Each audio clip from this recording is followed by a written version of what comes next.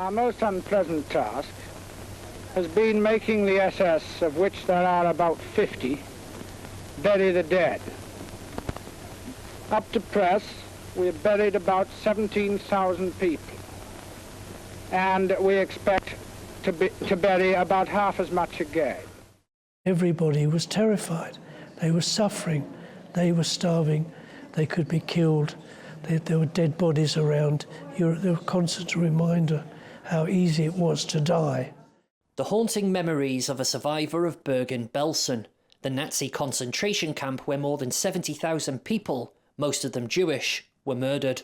Apart from being starving and hungry all the time, you were being eaten alive by louse, by insects, and often you had typhoid fever, typhus. After the war, Alfred became a doctor. Then, in an extraordinary twist of fate, some 40 years later, one of his patients revealed he too had been to Belsen. The man was a former British soldier, one of those who helped liberate the camp in April 1945. And I said, how can I help? He says, I'm having nightmares.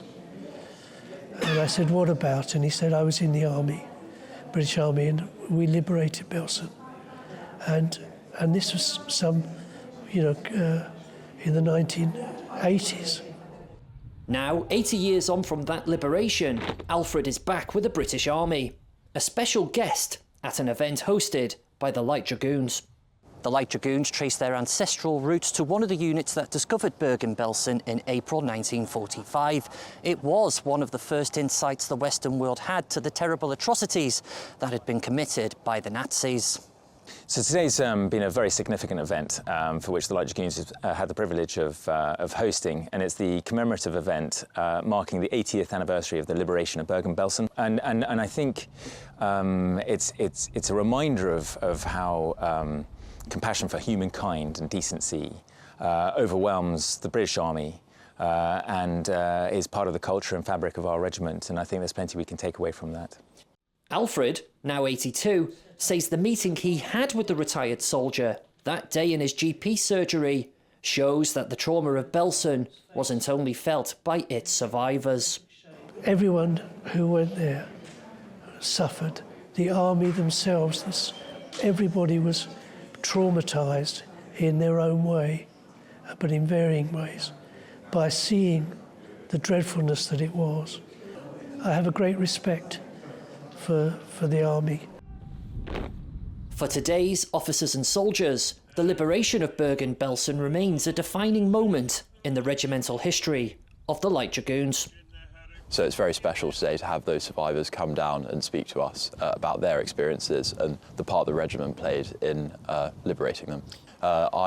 I've seen videos, I've watched documentaries. Hearing it from a person who was there at the time is very special and very moving. And obviously, as we move further away from the Holocaust, it's rarer and rarer to be able to do that. So I'm sure it's made an absolute mark on the soldiers that are here today. It's been really eye-opening.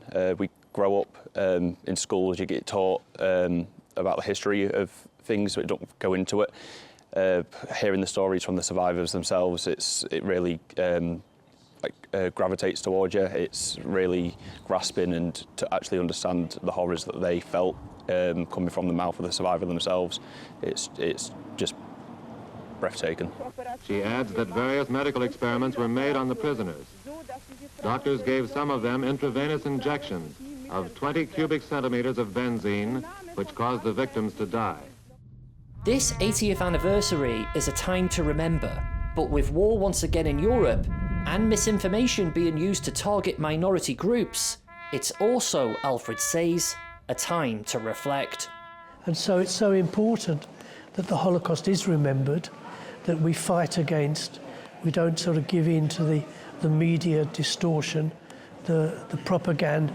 You know, they call propaganda fake news now. Propaganda was a very powerful weapon that was used by the Nazis to pervert people's minds, and it's still being used. You don't need to convince me about how important the peacekeeping role that the soldiers have and the sacrifice that they make.